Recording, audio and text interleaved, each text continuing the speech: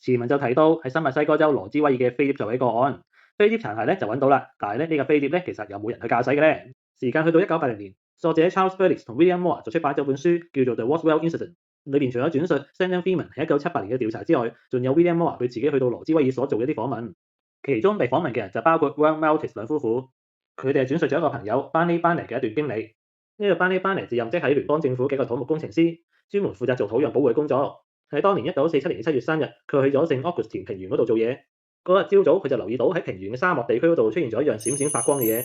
最初佢懷疑係有飛機喺嗰度墜毀，但係當佢走埋去嘅時候，佢就發覺嗰樣並唔係飛機，而係一樣大約30尺直徑左右嘅圓形碟狀物體。當時在場嘅仲有一班來自賓夕凡尼亞大學嘅考古團隊，當時佢哋咁啱就喺附近做緊考古嘅工作。佢哋從來都冇見過一樣咁嘅嘢，所以都俾眼前呢個景象嚇親。呢件碟狀物件或者叫碟狀嘅機器，顏色就好似不鏽鋼，佢嘅狀態就好似裂開咗或者斷開咗咁樣，應該就因為爆炸或者撞擊所造成。最重要嘅係佢喺飛碟嘅外邊同埋飛碟嘅入邊都有見到幾具屍體，呢幾具人形嘅屍體身形都好細小，就好似人類嘅小朋友咁。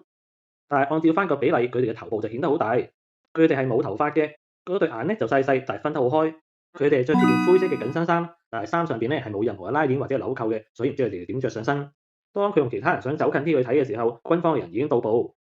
軍隊嘅人將佢哋拉開咗，並且將佢哋趕走咗。事後軍隊嘅人做溫馨提示佢哋，叫佢哋千祈唔好同人講今日所發生嘅任何事。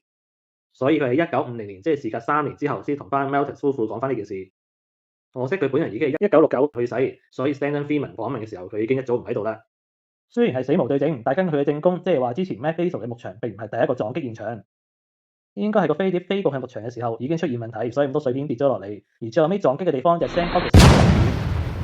除咗Barney Barnett嘅古仔之外，喺1989年有一個叫做 Glenn Dennis 嘅人亦都分享咗佢嘅經歷。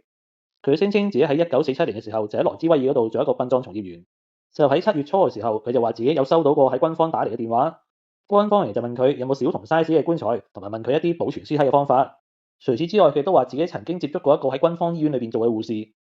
佢俾咗個假名俾呢個護士，就話佢哋叫做 Naomi Shelf。佢又聲稱呢個護士係曾經有見過外星人屍體，亦都親眼目擊過解剖外星人嘅過程。佢就話佢哋嘅外形咧就好矮小，大約咧就只有4尺高左右。佢哋咧就好瘦嘅，但係個頭咧就好大。佢哋係光頭冇頭髮，而眼睛咧就好大，同埋佢哋係冇牙，同埋係冇外耳，佢哋耳仔只係得2個耳窿嘅啫。仲有一點咧，就係佢話佢哋嘅骨骼咧並唔係好似人類咁係硬骨，而係好似一啲比較堅硬嘅軟骨組織。佢又聲稱自己有見過3具遺體，其中有2具遺體咧已經嚴重腐爛並且發出臭味，只有1具遺體咧個情況係比較完好嘅啫。呢2個人對於外星人外觀嘅描述基本上都有8成相似，